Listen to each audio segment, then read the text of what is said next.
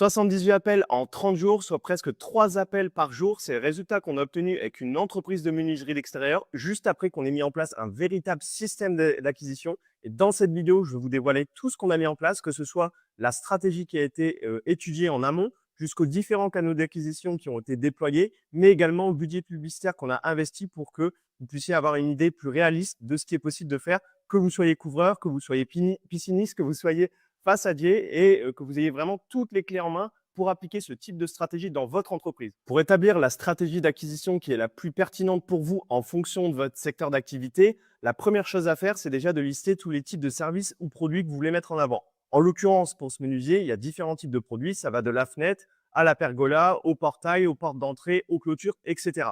Une fois que vous avez fait la liste de tous ces produits, de tous ces services, vous devez vous focaliser sur finalement ce qui vous intéresse le plus, ce qui est le plus pertinent pour vous, que ce soit par rapport au temps que vous allez passer à délivrer votre service ou à délivrer ce produit, mais par rapport aussi au panier moyen que ça va vous apporter. En l'occurrence, pour ce menuisier, on a déterminé que les fenêtres, c'était aujourd'hui son cœur de métier, c'est ce qui lui rapportait le plus de chiffre d'affaires. Donc forcément, ça fait sens de mettre les fenêtres en avant. Mais également, ça peut être aussi intéressant de mettre en avant des produits qui sont complémentaires pour lesquels vous savez que vous avez des paniers moyens qui sont assez élevés et pour autant, ça ne vous prend pas beaucoup de temps à délivrer ou à installer ce produit. En l'occurrence, on a réussi à déterminer que les portes d'entrée, bah, c'était cohérent de les mettre en avant. Donc, on se retrouve à avoir deux produits qui sortent leur épingle du jeu et justement, partant de ces deux produits-là, on va être en mesure de définir une stratégie. Je vous donne un autre exemple avec un autre corps de métier et je sais que dans la couverture, typiquement, le nettoyage de toiture, on se retrouve à avoir des paniers moyens qui sont relativement élevés alors que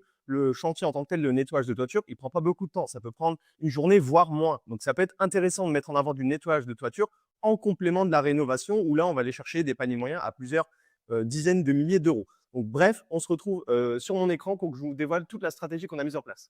Abonne-toi pour ne pas rater les prochaines vidéos.